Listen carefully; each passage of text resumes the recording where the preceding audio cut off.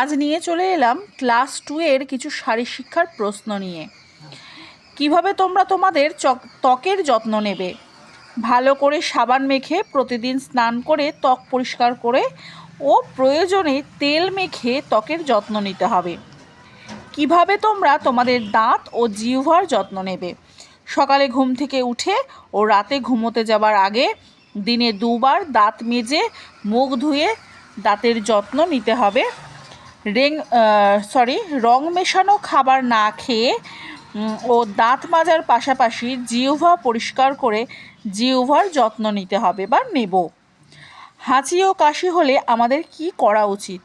হাঁচি কাশির সময় মুখে রুমাল দিতে হবে। যদি রুমাল কাছে না থাকে তাহলে 2 হাতে মুখ ঢেকে কাশতে হবে বা হাঁচতে হবে। স্বাস্থ্য সচেতনতামূলক 3টি অভ্যাস সম্পর্কে লেখো। 1. হাঁচি কাশির সময় মুখে রুমাল বা 2 হাত দিয়ে চাপা দিয়ে অর্থাৎ মুখ চাপা দিয়ে হাঁচতে বা কাশতে হবে। 2. বাইরে থেকে এলে বা খাবার খাওয়ার আগে হাত ধুতে হবে ভালো করে।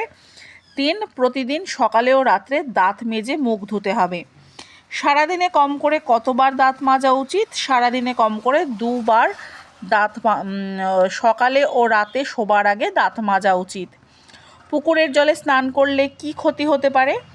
পুকুরের জলে স্নান করলে চর্মরোগ হতে পারে, চুল উঠে যেতে পারে। নখ ও চুলের যত্ন নিতে কি করা উচিত? নখ বড় হলেই নখ কাটতে হবে। চিরুনি দিয়ে নিয়মিত চুল আঁচড়ে ও তেল দিয়ে চুলের যত্ন নিতে হবে।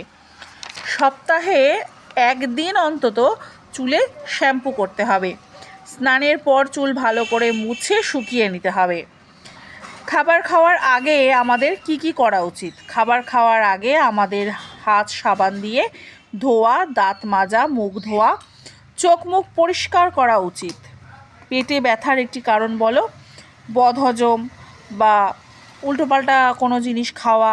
পেট খারাপ হলেও অনেক সময় আমাদের পেটে ব্যথা হতে পারে। এখানে যেহেতু একটি কারণ বলেছে তাই আমি বদহজম লিখেছি। ছড়ার ব্যায়ামের নাম করো। ফুলকলুচি এটা একটা ব্যায়াম, ছড়ার ব্যায়াম। আর একটা আমি লিখে দিয়েছি, পেটটি ফুলে ঢাক। ফুলকলুচি পেটটি ফুলে ঢাক। তোমাদের স্বাস্থ্য শারীরশিক্ষার বই আছে ক্লাস 2 এর, সেখানে দেখতে পাবে অনেক ছড়ার ব্যায়ামের নাম লেখা আছে। সেখান থেকে তোমরা যে কোনো একটি ছড়ার ব্যায়ামের নাম লিখে নিতে পারো।